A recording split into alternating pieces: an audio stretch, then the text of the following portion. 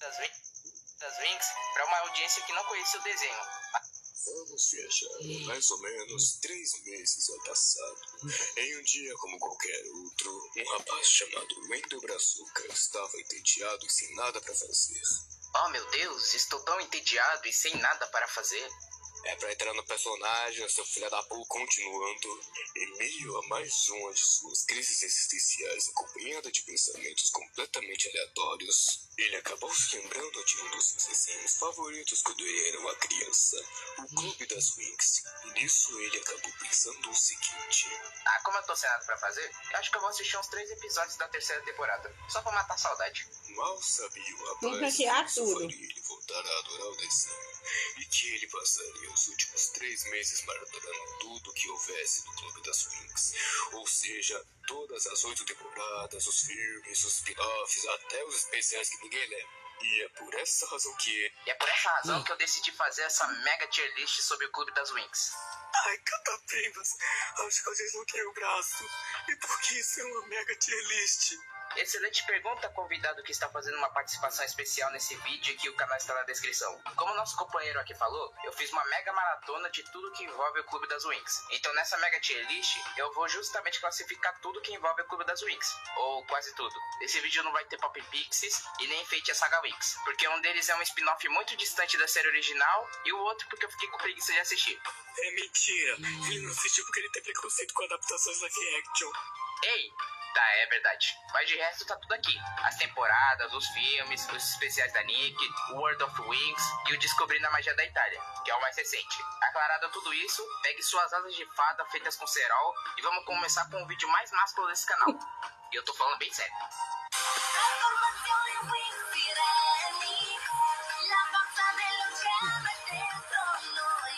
E uma atualização aqui no vídeo. Continua o trabalho, viu? Desenhista desse meu personagem e o cara que tava narrando o começo do vídeo redesenhou esse meu personagem.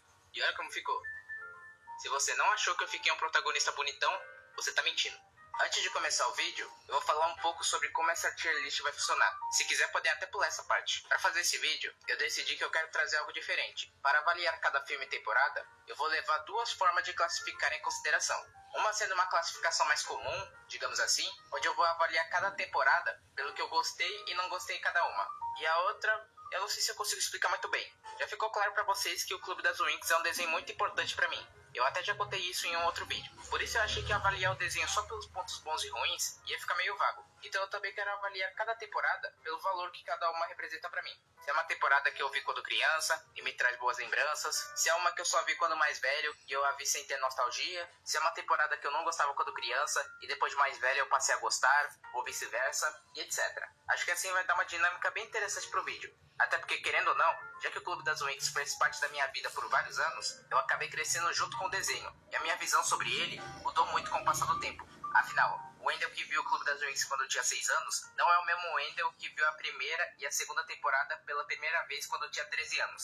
É, porque faz 25 anos de desenho. Por isso ser o começo do desenho, essa talvez seja a temporada mais diferente de todas, porque tem muitos elementos dessa temporada que nunca mais foram usados de novo, como o Riven do lado das vilãs por mais da metade da temporada, diferente do resto do desenho, onde ele é só um personagem chato, mas não ao ponto de ser um vilão, ou todas as bruxas da Torre Nebulosa odiarem as fadas de Alfeia, enquanto que nas outras temporadas, elas ainda não se dão muito bem, mas a relação de ambas escolas vira muito mais uma rivalidade do que realmente um ódio mortal. E por fim, a Bloom não sabendo controlar seus feitiços, porque tudo isso de universo de magia ainda era muito novo pra ela, o que fez ela ser a Winx mais fraca de todas pela temporada quase inteira, e só lutando com seu poder total em poucos episódios, o que fez com que a Stella fosse a Winx mais experiente nessa temporada, sempre agindo como a líder das outras Winx nas missões, e várias vezes a história até fazia parecer que a Stella era a fada mais forte dentre as Winx, mas só parecia mesmo, porque nós sabemos bem que roubou esse lugar. Não é à toa que nos primeiros episódios, o plano das Trix era roubar o cetro da Stella, por acharem que nele tinha o poder da chama do dragão.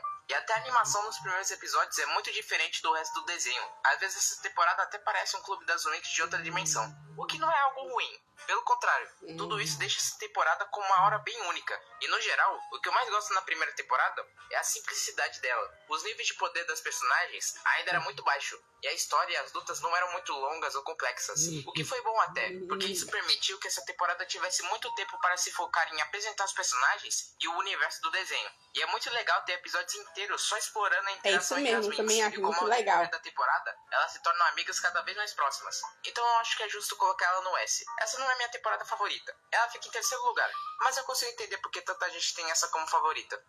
Segunda temporada. Algo que qualquer pessoa espera de uma continuação, seja de um filme, desenho ou jogo, é que elas resolvam todos os defeitos e façam algo melhor que suas antecessoras. E essa temporada não decepcionou nesse sentido. A animação tá bem mais bonita, introduziram meu especialista favorito, o Elia, e a história é muito mais sombria do que antes, especialmente por causa do vilão dessa temporada, o Darkar. Talvez ele não seja um vilão com muito desenvolvimento ou personalidade, mas ele cumpre muito bem o seu papel, de ser um vilão assustador, cruel, e mais do que tudo, e o que todo vilão deveria ser, uma verdadeira ameaça para os heróis. Durante a temporada inteira, era notável que as Winx não tinham qualquer chance contra o Darkar, o que obrigou a Faragonda a fazer elas obterem o Charmix. E mesmo com aquilo, o Darkar continuava sendo muito mais poderoso. E ele não é igual a outros vilões, que amassam as Winx nos primeiros episódios e depois as Winx ficam mais fortes que eles. Não, até na batalha final, ele continuava sendo muito mais forte, e só perdeu por causa de certos acontecimentos. Sem contar que é graças ao Darkar que tivemos 3 novidades muito importantes nessa temporada.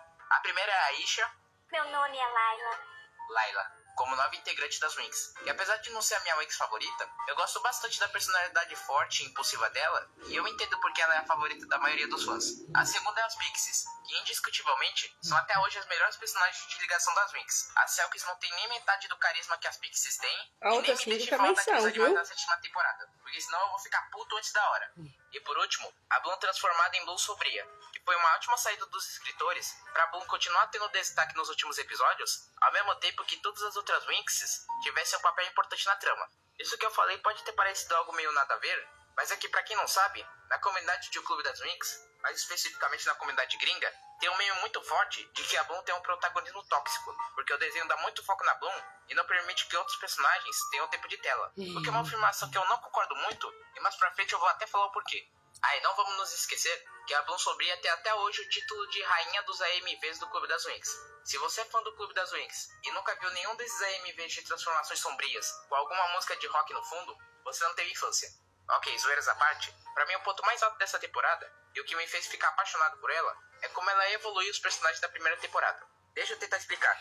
Como eu falei antes, o papel da primeira temporada foi apresentar os personagens, seja as Winx, os especialistas, as bruxas, etc. Mas aqui nós vamos nos focar só nas Winx, nos mostrando coisas básicas sobre cada uma, tipo quem são, suas personalidades e suas metas. E os produtores trabalharam com esses temas, enquanto que na segunda temporada, o foco foi se aprofundar no lado mais sentimental das personagens. E já dando minha opinião que ninguém perguntou, eu acho que essa temporada tem a melhor versão das Winx. Muito engraçadinho, né, você? Tornou elas muito mais do que só personagens. Nessa temporada, elas começaram a agir como pessoas que poderiam existir na vida real, pois foi a partir daqui que o desenho deixou claro que todas as Winx são personagens muito instáveis, sem exceção.